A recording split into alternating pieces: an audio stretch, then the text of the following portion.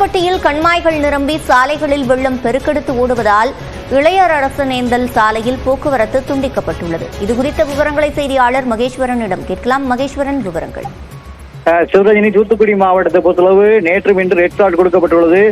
கோவில்பட்டி பகுதியில் கடந்த 2 நாட்களாக மழை என்பது தொடர்ந்து பெய்து வருகிறது. தற்போது காற்றுடன் கூடிய மழை பெய்கிறது. இந்த சூழ்நிலையில் தொடர்ந்து பெய்து வரும் மழையின் காரணமாக இனாமணியாட்சி அத்தைகொண்டான் இருக்கக்கூடிய 3 கண்மாய்கள் முழுவதுமாக நிரம்பி தண்ணீர் வெளியேறுகிறது.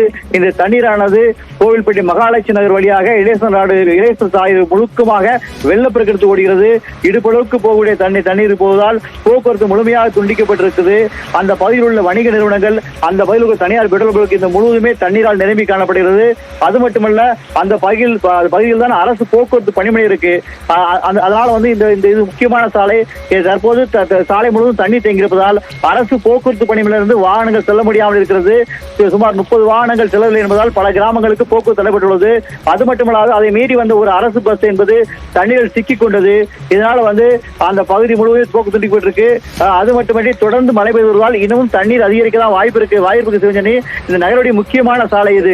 கோயில்பட்டினருக்கு உள்ளே வருவதற்கு வெளியே முக்கியமான சாலை. இந்த சாலை போக்குவரத்து துண்டிக்கப்பட்டுள்ளதால் சுமார் கிட்டத்தட்ட ஒரு 10-15 கிலோமீட்டர் சுற்றி தான் கோயில்பட்டி நகருக்கு வர வேண்டிய ஒரு சூழ்நிலை இருக்கு. ஏற்கனவே கடந்த ஆண்டு இதே நிலைமையில் இதே சாலை பகுதியில் மழைநீர் பெருக்கெடுத்து ஓடி போக்குவரத்து துண்டிக்கப்பட்டது. ஆனால் இந்த ஆண்டு அதிகாரிகள் அதற்கான எந்த முயற்சியும் எடுக்கவில்லை என்பதால் மீண்டும் இந்த சாலை துண்டிக்கப்பட்டு மழையால் சூழ்ந்து காணப்படுகிறது. சிவரஞ்சனி, விவரங்களை வழங்கியமைக்கு நன்றி மகேஸ்வரன்.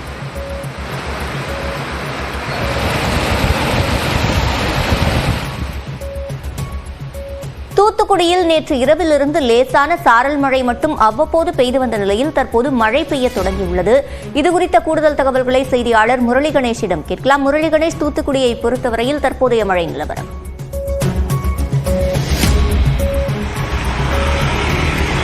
சிவரஞ்சனி, தூத்துக்குடி மாவட்டத்தை பொறுத்த அளவில் நேற்று இரவிலிருந்து தற்போது காலை வரை அவ்வப்போது லேசான சாரல் மழை மட்டுமே பெய்து வருகிறது. தூத்துக்குடி நகரில் பெரும்பாலான இடங்கள், அதாவது வழக்கமாக தண்ணீர் தேங்கக்கூடிய இடங்களில் தாழ்வான பகுதிகளில் மட்டும் லேசான அளவு மழைநீரானது தேங்கி இருக்கிறது. நாம் இப்போ இருக்கக்கூடிய இடம் தூத்துக்குடி அரசு மருத்துவமனை. இங்கே நாள்தோறும் கிட்டத்தட்ட ஒரு நாளைக்கு 5000க்கும் மேற்பட்ட வெளிநோயாளிகள் இங்கே சிகிச்சைக்காக வந்து செல்வது வழக்கம். நாம் நிற்கக்கூடிய இந்த பகுதி வழியாக தான் நோயாளிகள் அழைத்து செல்லக்கூடிய ஆம்புலன்ஸ் இந்த பகுதி வழியாக தான் வந்து செல்லக்கூடிய பகுதி. இந்த பகுதியில் மட்டும் மழைநீரானது தேங்கி இருக்கிறது. அதாவது சிகிச்சைக்காக செல்லக்கூடிய நோயாளிகள் இந்த தண்ணீரை கடந்து செல்லக்கூடிய ஒரு நிலைமை தான் ஏற்பட்டிருக்கிறது. அதே நேரத்தில் மருத்துவமனைக்கு உள் தண்ணீர் எதுவும் தேங்கல, சிகிச்சையும் எந்த அளவும் பாதிக்கப்படலை. இந்த மழையின் காரணமாக இங்கு வந்திருக்கக்கூடிய நோயாளிகள் இந்த தண்ணீரில் நடந்து செல்லக்கூடிய நிலைமை ஏற்பட்டிருக்கு. அவங்க கிட்டே பேசலாம்.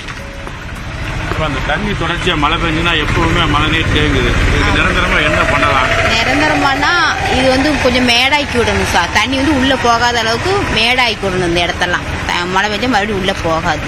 வண்டி கிண்டி போகிறதுக்கு கரெக்டாக சரியாது. உங்களுக்கு இப்போ நீங்கள் என்ன மாதிரி சிரமங்களை சந்திச்சிங்க நிற்கிறீங்க? எனக்கு அதிகமான குளிர் தான் அதிகமாகுது என் உடம்புக்கு. அவ்வளோதான்.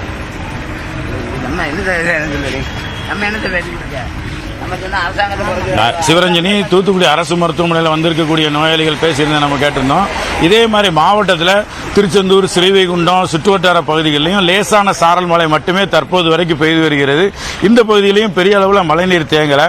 அதே நேரத்தில் தாமிரபரணி ஆற்றங்கரையோரத்தில் இருக்கக்கூடிய மக்களுக்கு வெள்ளை அபாய எச்சரிக்கை கொடுக்கப்பட்டிருக்கிறது.